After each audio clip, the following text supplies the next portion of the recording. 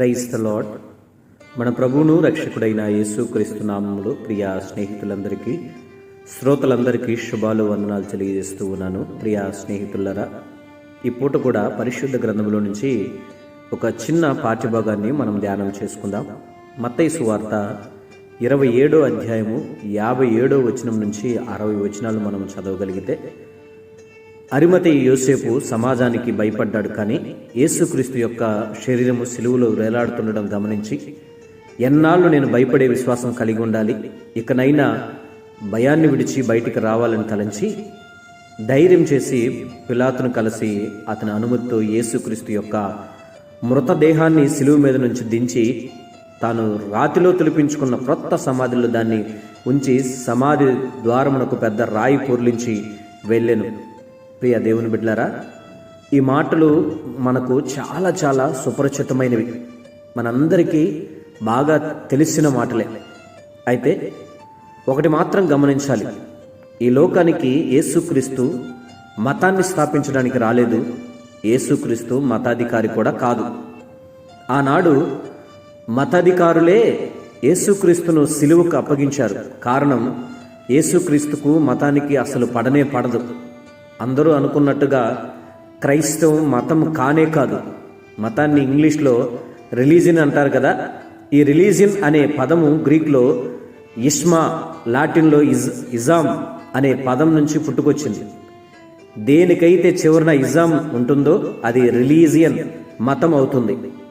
మనలో చాలామంది వాడి మతం వాడిదండి అని అంటూ ఉంటారు.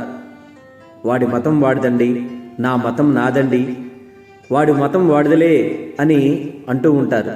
అనగా వాడి ఇష్టం వాడిది, వాడి నమ్మకం వాడిది అని అర్థం.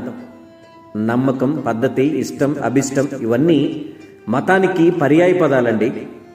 Communism, Judaism, Darwinism, criticism, terrorism, Leninism, అలాగే మన దేశంలో ఉన్న అనేక మతాలకు చివరిని ఇజంతోనే ముగుస్తాయి.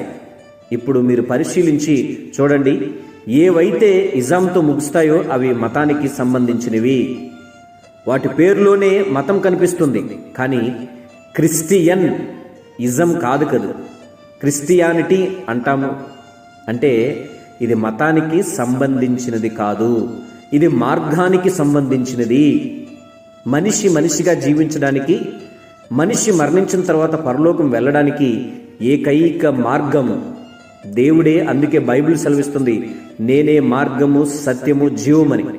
యోహాను సువార్త 14వ అధ్యాయం 6వ వచనం మనం చదవగలిగితే అక్కడ తేట తెలుగుగా రాయబడి ఉంది. ప్రభు అంటాడు, నేనే మార్గం, నేనే సత్యం, నేనే జీవమని. నా ద్వారా తప్ప ఎవడు తండ్రి దగ్గరికి చేరలేడని మనిషికి చూపించిన మార్గం క్రైస్తవం. ఇది మతం కానే కాదు, మార్గం. మతం మనిషికి ఏమి చేయాలో ఏమి చేయకూడదు తెలియజేస్తుంది, కానీ రక్షించలేదు కదా. గమనిస్తున్నారా ప్రియులారా? మతము రక్షించలేదు కదా. ఉదాహరణకు మీకు చెప్పాలి అనంటే, ఒక కుర్రవాడు కాలు జారి కాలువలో పడిపోయి నన్ను రక్షించండి, నన్ను కాపాడండి, నన్ను రక్షించండి, నన్ను కాపాడండి అని పెద్ద పెద్ద కేకలు వేస్తూ ఉంటే ఎవరో ఒకతను వచ్చి, ఒరేయ్, నడిచేటప్పుడు కొంచెం జాగ్రత్తగా నడవాలి, ఇప్పుడు చూడు కాలు జారిపడి కొట్టుమిట్టాడుతున్నావు, సరే నేను ఒకటి చెప్తా, ఆ విధంగా చెయ్యి, బయటికి వస్తావని అంటూ ఒక చెయ్యి అటు ఇంకొక చెయ్యి ఇటు చాపి ముందుకు కదులు, నీకు ఈత వస్తుంది, పైకి రాగలుగుతావు అని పనికిరాని సలహాలు ఇస్తూ ఉంటారు. ఆ కాలంలో కూడా ఒక అతను అలాగ ఇచ్చాడంట. అవును, మతం చెప్పేది కూడా ఇదేనండి.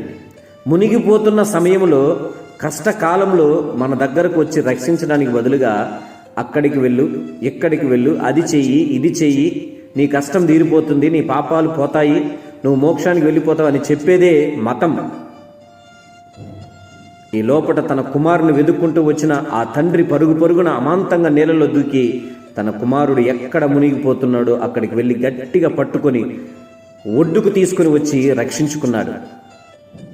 ప్రియ దేవుని బిడ్డలారా, వింటున్నారా? గమనించండి, యేసుక్రీస్తు పరలోకంలో కూర్చొని అది చెయ్యి, ఇది చెయ్యి, అప్పుడు పరలోకానికి వస్తావు అని చెప్పలేదండి. కానీ మనిషి నశించిపోతున్నప్పుడు, మనిషి పాపముల చేత, అపరాధముల చేత బంధించబడి నరక కూపములో కాలిపోతున్నప్పుడు అమాంతంగా పరలోకము నుండి భూమి మీదకు దిగి వచ్చాడు.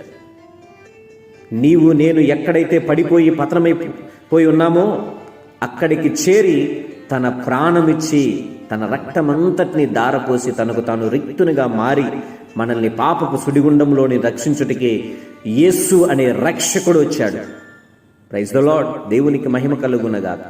ఆ మంచి సమరయుడు అతడు పడి ఉన్న చోటికి వచ్చి వారి యొక్క గాయాలు కట్టి పూటకొల్లవాని ఇంటికి తీసుకువెళ్ళును అని చెప్పి లూకాసు వార్త 10:33 రాయబడి ఉంది.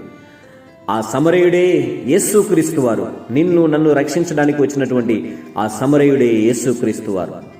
అతన్ని చూచి అతని మీద జాలిపడి దగ్గరికి పోయి అతని గాయాలు కట్టాడు, పరామర్శించాడు.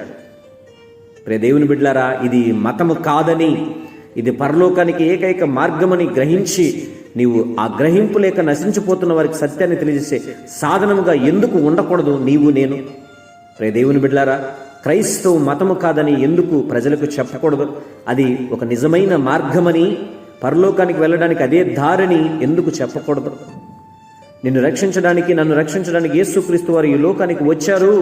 ఆయన అది చెయ్యి ఇది చెయ్యి అని చెప్పలేదు. పాపములో మగ్గిపోతున్న నిన్ను, నలిగిపోతున్న నిన్ను రక్షించడానికి తానే తన స్వతహా దివిని వీడి భూలోకానికి వచ్చాడని మరి నువ్వు ఎందుకు చెప్పకూడదు ఇతరులకు?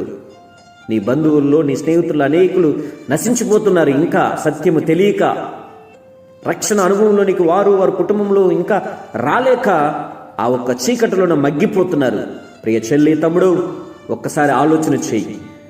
రక్షణ పొందుకున్న నీవు వారి గురించి ఆలోచన చేసి, క్రైస్తవ మతము కాదురా బాబు, ఇది మార్గమురా, రక్షింపబడడానికి ఇదే ఒక మార్గం, ఇదే సత్యం, జీవం అని చెప్పి వారిని కూడా నడిపించడానికి నువ్వు సర్వ ప్రయత్నాలు చేయాలని ప్రభువుపేట మనవి చేస్తూ ఉన్నాను. Praise the lord.